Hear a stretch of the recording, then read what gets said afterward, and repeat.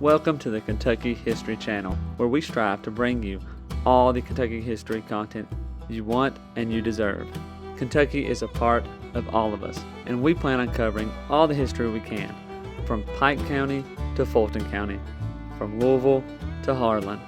Here on our YouTube channel, you can find many videos dedicated to different events, people, governors, and places in Kentucky. There's something for everybody.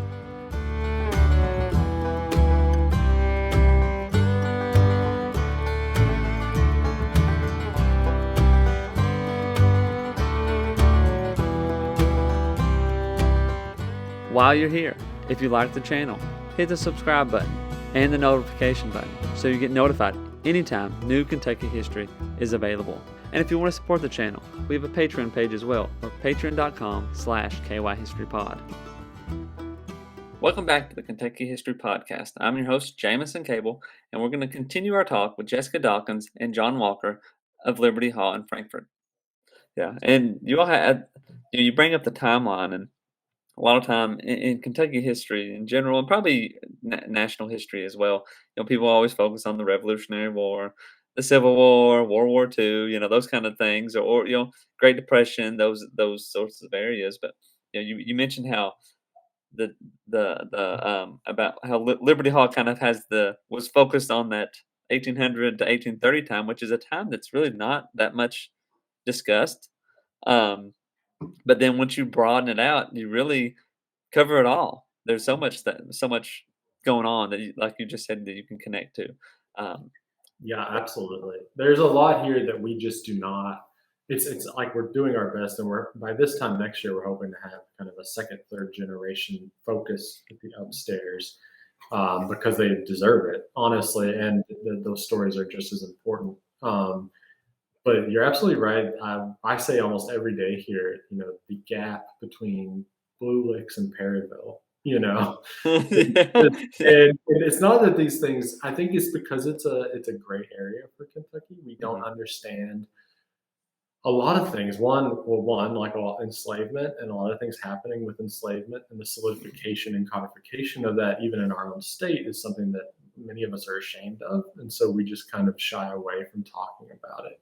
Yeah. But we're talking about a time when Kentucky was on a national stage. I mean, you had Henry Clay. I'm a block away from where Daniel Webster came in. Most people don't even know who that is. He's one of the top 3 most important people in American politics for that half of the century. Mm-hmm. The Browns were married to the Clays. John Brown's brother was married to Henry Clay's sister-in-law. Mm-hmm. Right? And so there's just all of these connections that are happening in that time period that lead to Perryville, right? That lead to that strike. But there's also, so like this family becomes this pivotal point. They're in Frankfort. They're like, who is that? Sorry, the phone's gonna ring. This is the life of a house museum. I can't mute it either, so that's okay. Yeah, I can edit the best I can. No worries.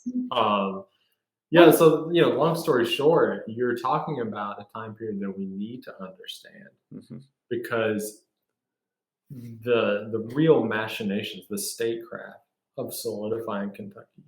I mean, I found an article the other day written in the old Kentucky Register, right? It was literally just called Kentucky: the grandfather of Kentucky of United States senators. And it traced how, like, throughout the 19th century, every well-known senator, whether they went southwest or northwest or just west-west, had some sort of connection to Kentucky. Wow. And that comes back to here. That comes back to the Browns. That comes back to a people saying we can take part in national politics, even if we are far away, even if we have to take a steamboat all the way around Florida to get to the Capitol. Well, and it's a center of culture at the same time. Not only are these political connections like tendrils throughout the United States and American history, but also culturally, music, fashion, literature, history gathering, creating our own history as well. All these cultural movements are happening in a place, and I say this all the time, like people don't realize or think when it comes to Kentucky that we're really a catalyst. I like how you said this, the spear tip for American history as it moves on throughout the 19th century. Oh yeah, definitely. We are the foundation and hotbed for so much, but we've just had really bad PR from the beginning. Something else I would like to mention that goes back to your question that he started to say is about enslavement, specifically in that time period. The majority of Kentucky's history is told through house museums across the state. We don't, if you look on the Historical Society's website about the history of Kentucky, their timeline begins with statehood. Yeah. And there's so much going on prior to statehood and then right after. And when you talk about things as big as enslavement, the majority of Kentucky's history regarding those who are enslaved deals with house museums and oftentimes gives that plantation or farm interpretation. And very few sites discuss what urban enslavement looks like for people. There isn't always the cabin behind the plantation big house. Yeah. There are a lot of situations where people who are enslaved by a family live in physically the same house on a different floor, whether it be the attic or a basement. There aren't a lot of places in Kentucky that really tell a site of urban enslavement and how that contrasts how their lives are different than those who are laboring farther down south in large farm areas. It's also hard for people to think of Frankfort as a city in 1820 or 1830. Yeah. As an urban environment. So being able to tell those kinds of stories, we see it all the time. People go, I didn't even think about that. Because they have this, my old Kentucky home vision of this pastoral landscape, and they're not thinking about the lives of people enslaved in, working with coal or fixing houses or cultivating a garden or, just that the lifestyle of those families. Those stories are important to tell too. Yeah. I'm sitting there thinking that, I tend not to think of much about the urban slavery and how that life would be, how it would be different, the contrast to those on the farm and in more plantation areas. So yeah. I mean, you're not hearing about those who live in an apartment or, a hotel. Many people lived at the Galt House in its early years in the 19th century who owned other human beings. They're not working the cotton fields. They are navigating a city in Kentucky around transportation and the economy in a way that's very different. And those stories are equally important. Yeah. So, we also just don't talk about the complexities of it. John Brown in their letters and even his sons in their letters talk about the legal basis for this thing and how until 1850 there really isn't one in a lot of ways. It's there and it's not there, and it's a hard conversation to have, but you have to have it because we have to tell our visitors. Frankfort was the second largest city for a long time, and a third of its population was enslaved for most of that time. So every third person you met was probably a person of color who was enslaved. A third is a big number. That's a lot, yeah. But also about how intimate that was. You're talking about the second largest city was only 1,800 people, which is like the size of a large high school now. Yeah. And so not only would you know everyone, you'd be seeing them all the time. Yeah. And so it was that fact, and also this consistent, and this goes back to like how well this family gives us a lens, an intimate lens into national issues, is having their own internal debates as a family over what should be done on the slave question. And it's fascinating. And it's something that everyone really should take part in, because it ends up being the most important question of American politics for the first half of our existence. Yeah. And so it's quite telling. But it's important, again, and it just gives a really great insight into that time period and how Kentucky itself saw itself in the Union. The Union before the Civil War and the Union after the Civil War. Yeah. And you can go and see all that stuff and read those things at the Liberty Hall, right? You sure can. Yeah. Tell us about tours and those sorts of things. What to come and visit? What do people? Sure. What's it like? Well, first, as I said before, come and visit anytime, because this place belongs to you. Whether that is outside in our public garden or in any of our programs or exhibitions. So one of our programs is obviously offering guided tours. That is Monday through Saturday, 11:30 and 1:30. We certainly do group tours or specialty tours. We'll have special garden tours, or if your group comes and they just want to learn about women's history or something like that, bus tours, any church groups, any and everybody. We will make reservations or special times for you, no problem. So the garden is open 365 days a year, 7 days a week, dawn to dusk. Tours are available at our schedule, and then anything special than that. And then we also have public programming, educational programming, environmental programming. So that looks like school tours or special programs with different children's groups or aftercare centers or community partners. But it also looks like, fun things like we had a magic show called Christmas Magic. We have music, concerts. We have an educational component to just about every public program that we do. We host an annual fundraiser. We have a community rock snake. Yeah. We invite people to paint rocks and add to the snake. We have an official monarch way station and pollinator garden.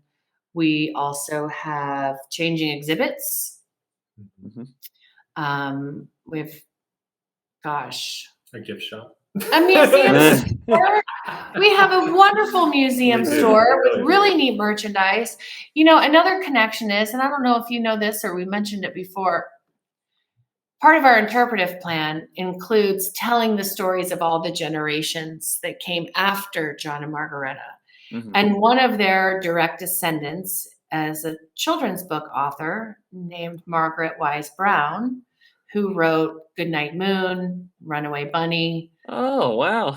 She is probably the most internationally known, famous member of the family.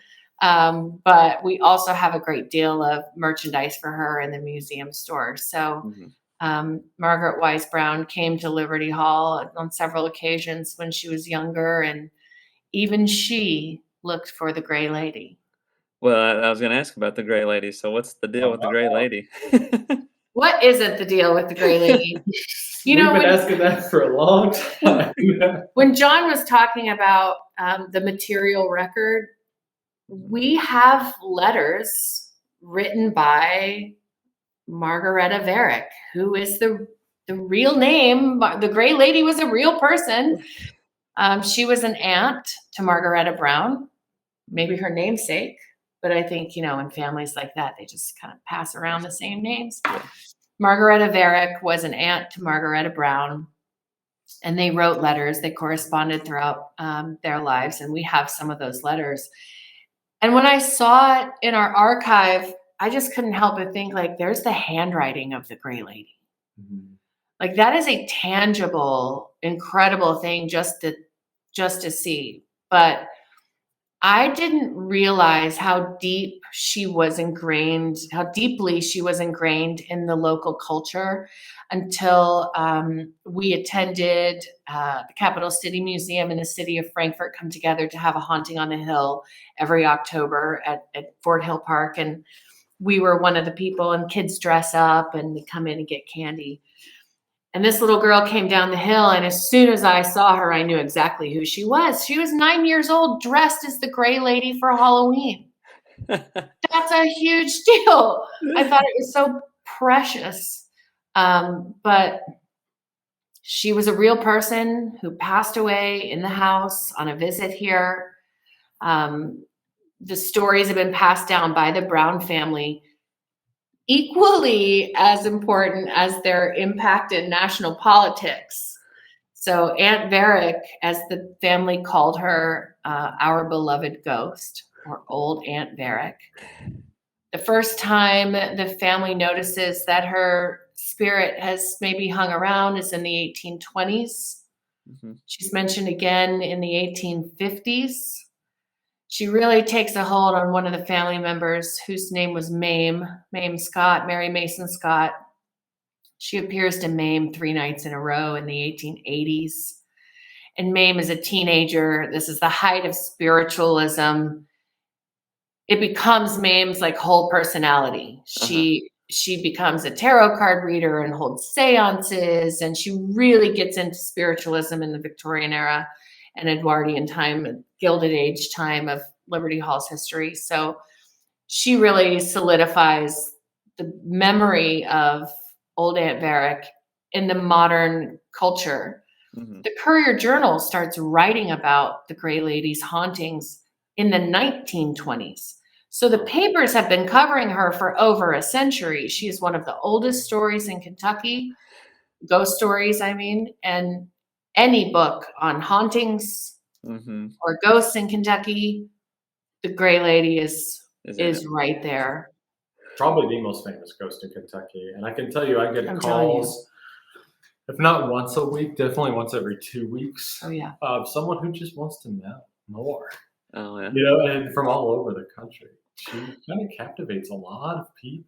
There are still children and teens who come to the garden at night looking for her. Wow.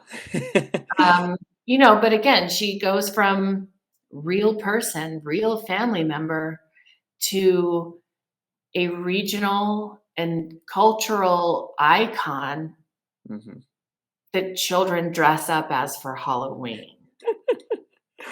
I love it. But if you think about it, though, the folklore of a community and this legend, there are a lot of historic sites that are like, we're not haunted, period, the end. Yeah. You know, they think this irreverence is somehow illegitimate as history, but it is ingrained in the culture of the capital city of one of the most important spaces in American history. And that's just what it is. Yeah. She allows children to connect to the site. She allows generations to connect to each other and their shared memories on looking for her.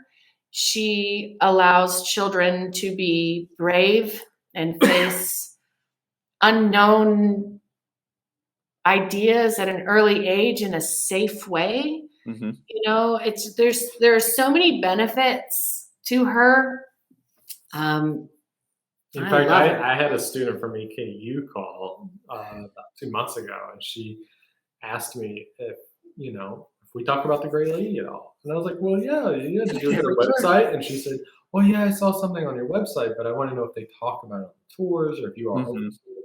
And I said, absolutely. And she said, well, my senior project, I think she was a history major, was historical sites in Kentucky that lean into their ghost stories. He said she had called 15 sites before us, and none of them.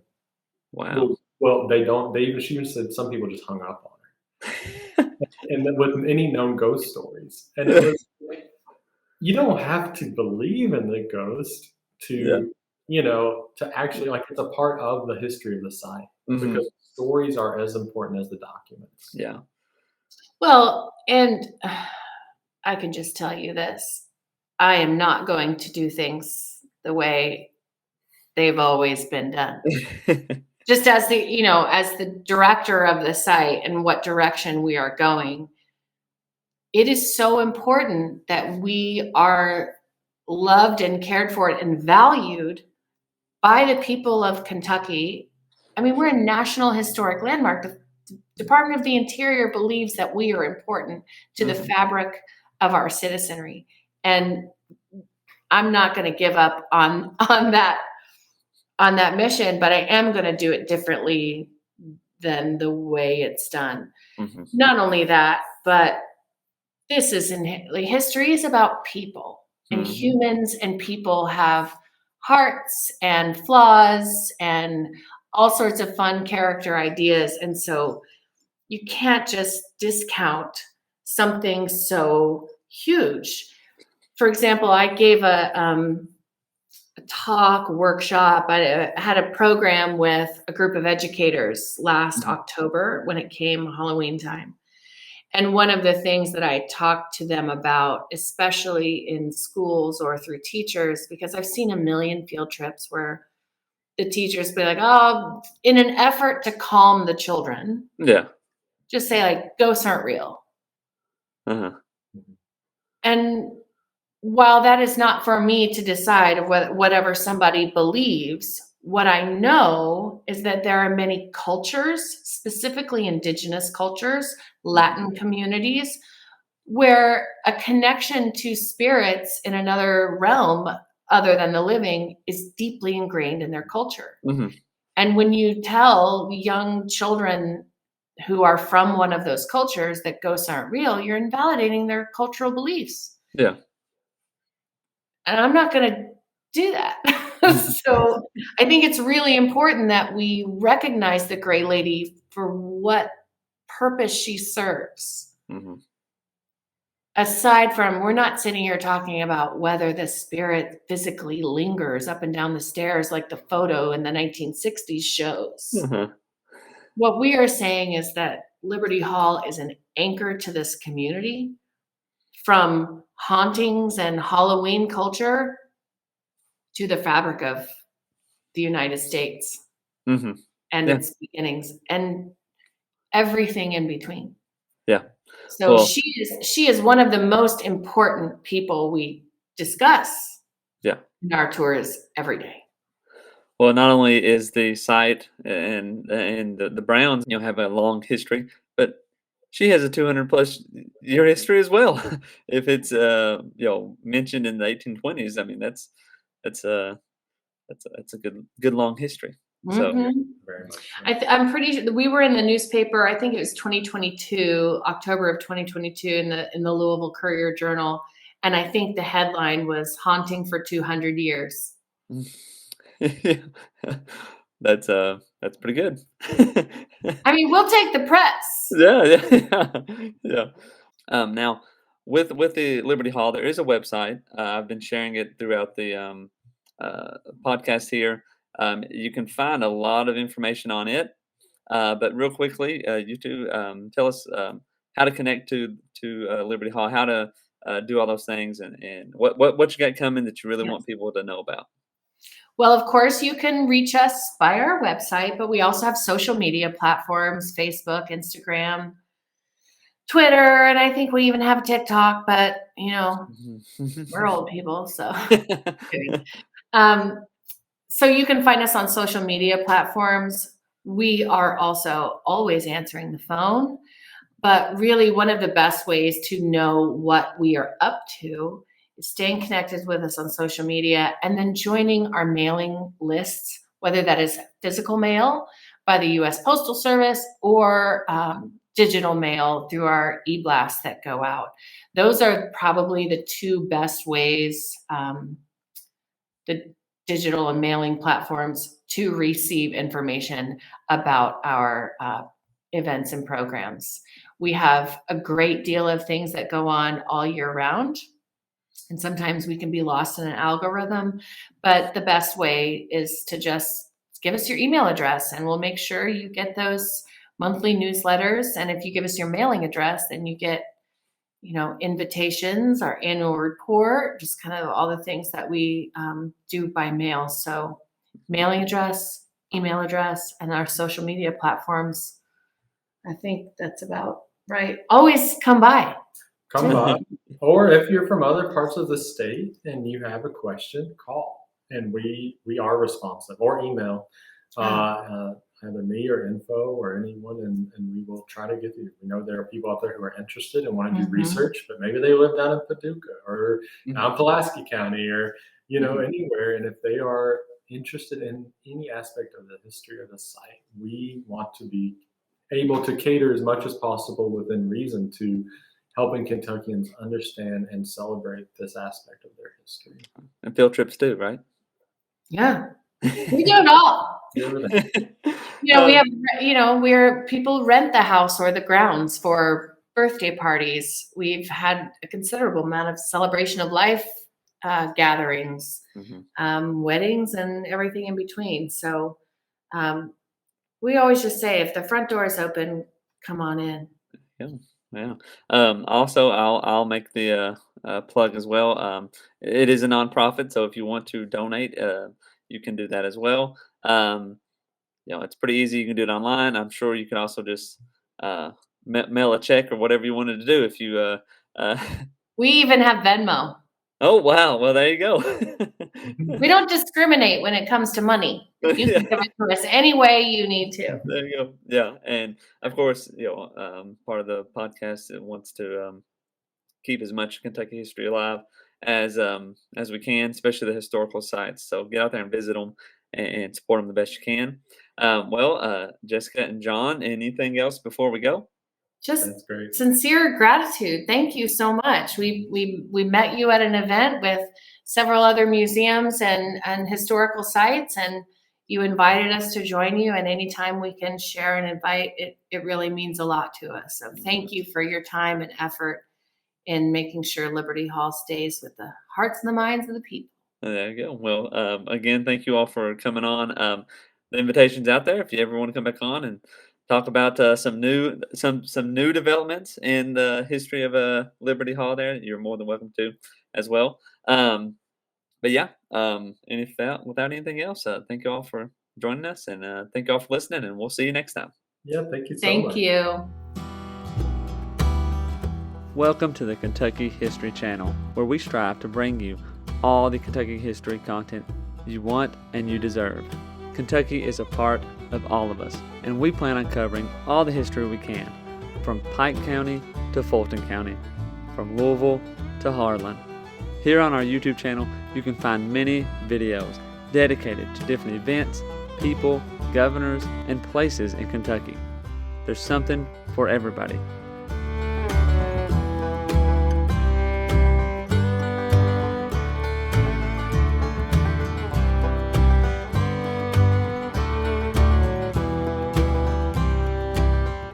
While you're here, if you like the channel, hit the subscribe button and the notification button so you get notified anytime new Kentucky history is available.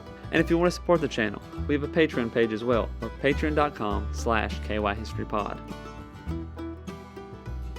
You've probably heard about Daniel Boone, but what about the rest of the frontiersmen who came to Kentucky and settled? That's what we want to bring to the Kentucky History Channel. The stories of the untold, the stories of those forgotten. One thing to expect on our channel is great Kentucky content. Some stories that you've never heard of. The Night Riders, who began in western Kentucky. Bloody Monday, the riots in Louisville.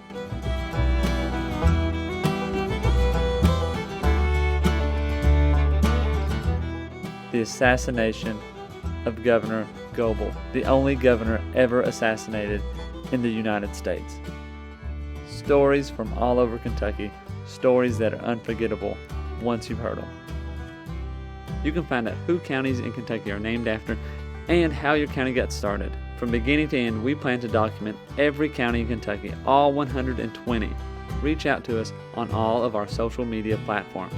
Twitter, Facebook, and Instagram. And also leave a comment on one of our YouTube videos. You can also check out our podcast episodes. You can subscribe to our podcast on Apple Podcasts, Spotify, iHeartRadio, and many more.